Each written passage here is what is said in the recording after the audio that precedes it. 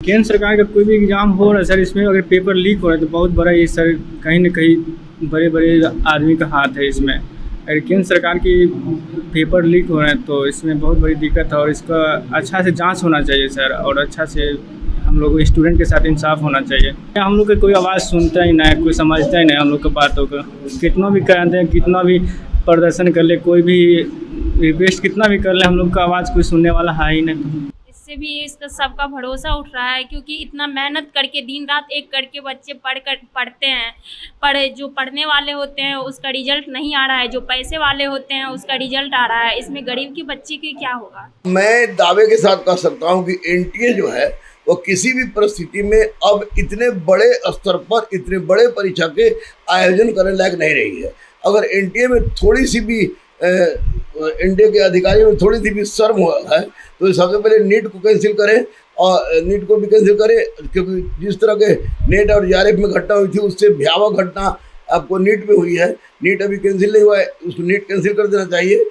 NEET 2024 paper leak मामले में जांच अभी चल ही रही है और अब एनटीए द्वारा आयोजित यूजीसी नेट 2024 परीक्षा को भी रद्द कर दिया गया है। एक के बाद एक एनटीए द्वारा आयोजित परीक्षाएं सवालों के घेरे में आ रही हैं। इससे अभ्यर्थियों में काफी गुस्सा और निराशा है। सोशल मीडिया पर लोग मीम के जरिए एनटीए पर गुस्सा निकाल रहे हैं।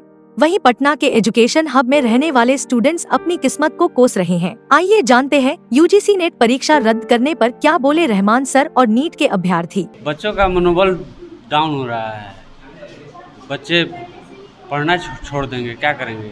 हम आखिर 2 साल या 1.5 साल जो भी मेहनत कर रहे हैं, मेरे माँ बाप कहाँ से पैसा दे रहे हैं तो हम समझते हैं। उसके बावजूद अगर पेपर लीक होता है तो मेरा उम्मीद टूटा, प्लस मेरे माँ बाप का उम्मीद टूटा, सबका उम्मीद टूट रहा है। आदमी एक बार पेपर लीक होगा तो उस पर प्रयास कर सकता है, लेकिन अगर बार बार वही होगा तो फिर हतोत्साहित तो होना स्वाभाविक है। देखिए, एक बात स्पष्ट है कि इसमें एनटीए का नाम सामने आ रहा है, लेकिन 1994 से पाठबंध में पढ़ा रहा हूँ और हर बार हर परीक्षा में किसी न किसी प्रकार की धांधली होती रही थी। पहले चूँकि इतना आपको संचार माध्यम इतना मजबूत नहीं था कि लोगों को पता चल सके, लेकिन अब इतना मजबूत हो गया है संचार माध्यम की, जो गलती होती है वो सामने पता चल जाता है।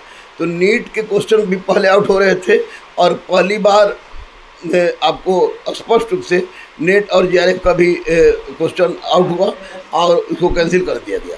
तो मैं दावे के साथ कह सकता हूं कि एनटीए जो है वो किसी भी परिस्थिति में अब इतने बड़े स्तर पर इतने बड़े परीक्षा के आयोजन करने लायक नहीं रही है।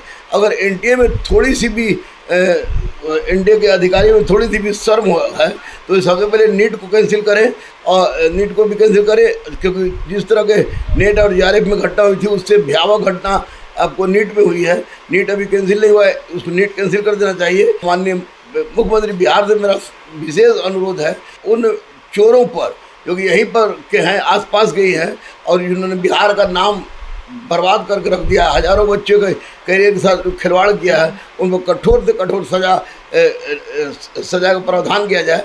माननीय प्रधानमंत्री ने जो लोकसभा से बिल पास किया था कि 1 करोड़ का जुर्माना और 10 वर्ष की सजा, इसको और कठिनाई के साथ अब लागू करने की आवश्यकता है, क्योंकि एनटीए के बारे में स्पष्ट हो गया कि एनटीए किसी भी तरह का कोई भी परीक्षा ले रहा है तो निश्चित रूप से उसमें कहीं ना कहीं दाग है और इसके लिए एनटीए उत्तरदायी है।